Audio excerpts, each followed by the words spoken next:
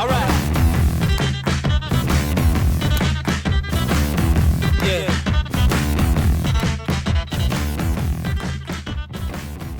Hello YouTube, once again, the Houndmaster here.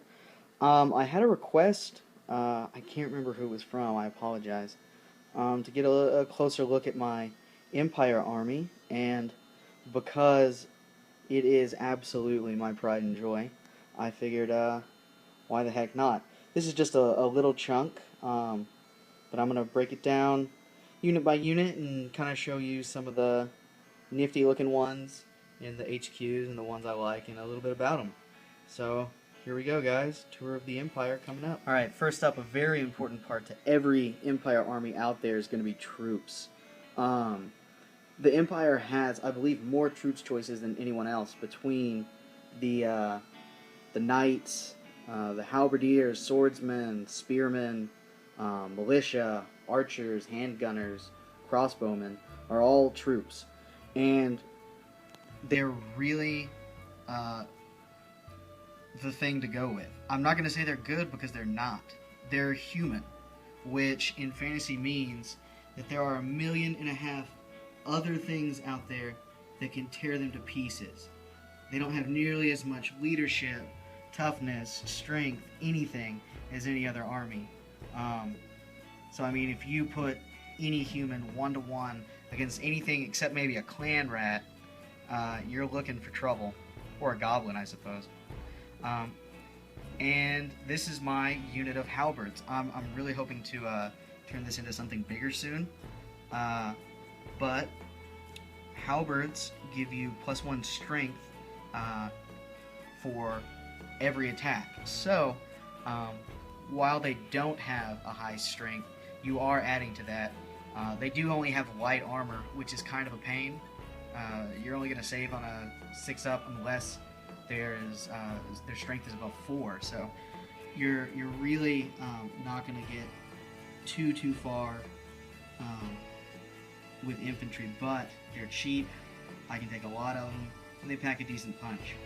You can see on the front row there, I've got my bannerman, my champion, and I've actually got a captain sitting there with the raven on his shield. It's from the Empire General kit. Really a wonderful kit. It has so many parts, so many conversion possibilities. Just love it. If you're going to run halberds, you gotta throw a captain in there. You gotta have, or a warrior priest. You gotta have some leadership above their normal. I believe it's leadership 7. Just gotta have that. It's also a good idea to put a BSB in with your big chunk of infantry because you don't want them running away. So that's the halberds. Let's see what's next. You might have seen these before. This is my militia. So what I did here is I kind of have a ragtag of the militia kit, some various other kits. For instance, I believe that's a halberdier head on that Averlin guy right there. I've got a OSTERMARK guy next to him, the old bear and musician there to count as the standard bearer. If you've seen that video, I apologize for my bad joke. And musician, and the unit champion there, Talpine with a great sword. I went ahead and did some other of the provinces, like you can see Altdorf and Hochland and Mindenheim back there, just to, you know, have some fun painting and all that. But this guy here is really a treat. Let me just pull him out for you. This is a seriously old fantasy ogre, back when ogres were actually part of the Empire and didn't have their own army. I am absolutely in love with these models. I've got 3 of them right now, and I believe there's 7 total. It's definitely one of those I'm trying to catch them all. Very hard to find, very cool looking sculpts. I hope to show you some more of these soon, as soon as I can get them. But really, just fantastic old sculpts. Alright, on to the next up, 2 units of handgunners. The one on the left here, you can see the old grizzled champion that managed to take out the Nurgle champion I mentioned earlier, and some older sculpts of the handgunners from, I believe it was the old Empire starter box. Over here, we've got the newer plastics. A lot harder to rank up, I'll tell you that. This was, I believe, the first unit I ever painted, the first complete unit. As you can see, I'm not too great with banners, guys. My freehand is about the same skill level as your average potato. So what I've been doing is just using some masking tape in order to get some little geometric patterns. That's about it. Really, nothing special about these guys. A lot of people will say don't use handgunners. The armor piercing really isn't that great. They're too expensive. Their range isn't long enough. I would generally agree, except for the fact that I painted these guys up. So, heck, why not use them? Right? Look at that noble-looking bunch. These are my knights. Either regular old, what are they called? Knightly orders, Inner Circle Knights, or Reichsguard Knights, if I want to make them elite. These were some of the first fantasy models I ever painted. I started off my Empire Army by doing a battalion challenge for my local Games Workshop, which was a cannon and its crew, a unit of 8 of these knights, 20 halberdiers, and then 10 handgunners. And you'll see the rest of those. You've seen my halberds already. But I really like these knights. I think the color's nice. You can see these back two here are a little brighter. I actually did them later on, and I think they look considerably better. I'm planning on going back and doing some weathering effects on the rest of these knights just to make them look a little more beat up and battered. I really like the gritty look for fantasy. I like the grim darkness of the far past. I think it's absolutely a brutal world, and I want to make my army fit in with that. So, there's those guys. Got a few of my HQ choices here. Starting on the left, we've got one of the old, I believe, 4th edition or 5th edition halberdiers. I like to use him as a champion in the halberd unit, or I put him in a crew to kind of look like a guard. Next up, I don't know if a lot of you have seen this guy, but this is Theodore Bruckner from Forge World. I managed to pick this up on eBay for $4. He was a little busted up, his sword doesn't have a hilt, and there's no rider. I didn't get any of the optional heads either, but man, look at that model.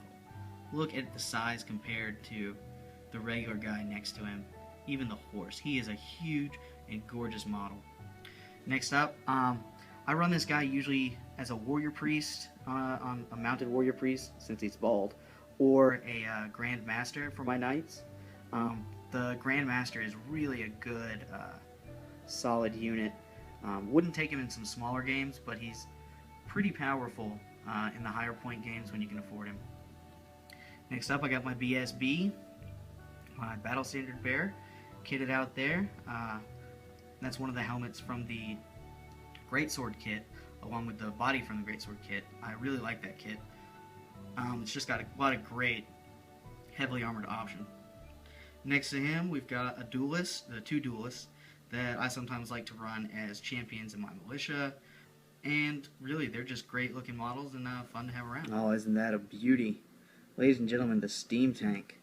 One of the most feared and best choices for an Empire army right there. I've got another one of the most feared ones right over here, a Demigryph of one of the Demigryph Knights. It's the only one I've finished painting, but I really like the way the colors turned out. I've still got to go back over the skin, but man, these are my heavy hitters. The Steam Tank and those Demigryph Knights. They can punch a hole, they can fill the hole, and they can stand there and take whatever you got. Oh man, love that Steam Tank. Now for easily, in my opinion, the worst models in my army, my wizards. I'm not too good with the bright colors, as you could probably tell. Most of my stuff's in nice muted colors, but I've got a Celestial Wizard, a Bright Mage, and a Metal Wizard there, along with a Luminarch of Heish back there. Really, I spent a lot of work on the body itself, but haven't put a lot of work into the top section. I'll get to that one of these days. But not my favorite. I tend not to use a lot of wizards.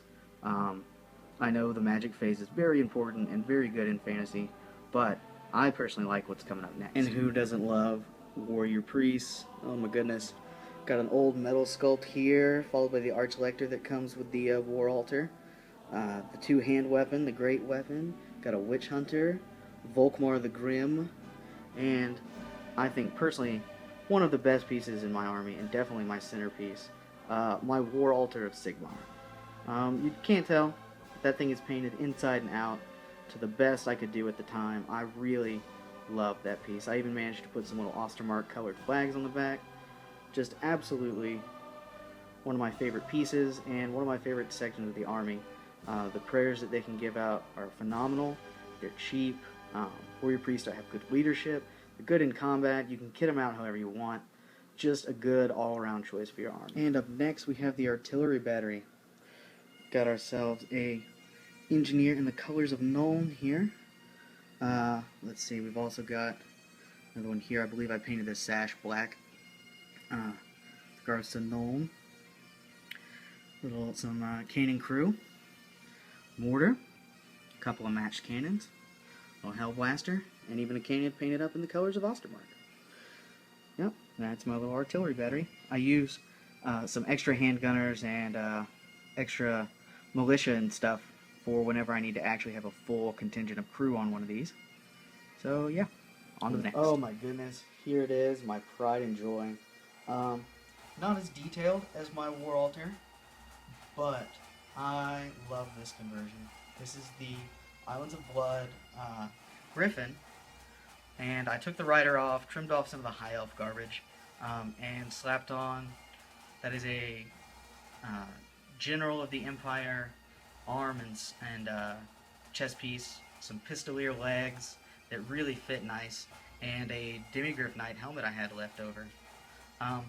I went with the dark wing color. OSTERMARK is known as a really dark and brooding place, and the lighter white skin color just to contrast with that a little more. The High Elf Griffin and the Empire Griffin are different. If you've seen Karl Franz on the Griffin, that thing is huge, absolutely enormous. But this Griffin, not nearly as big, but you still need to use the right base size when you're playing fantasy. So what I've done here, taken a little piece of the walls and fences kit, drilled out a hole in the post there, and just made myself a little flying base that adds a little drama, as if he's flying low over the trees to come get some people. But man, I really like this unit. I don't play with him very often, but I really like having the model and like having him around. So guys, that's my Empire army. I hope to do some more videos about fluff and that kind of stuff coming up. I'm going to go ahead and do a quick showcase of my orcs because I'm possibly selling those off, so I want to make sure I get it down and take some video of them before they leave, and get back to painting my Guardians of the Covenant. See y'all.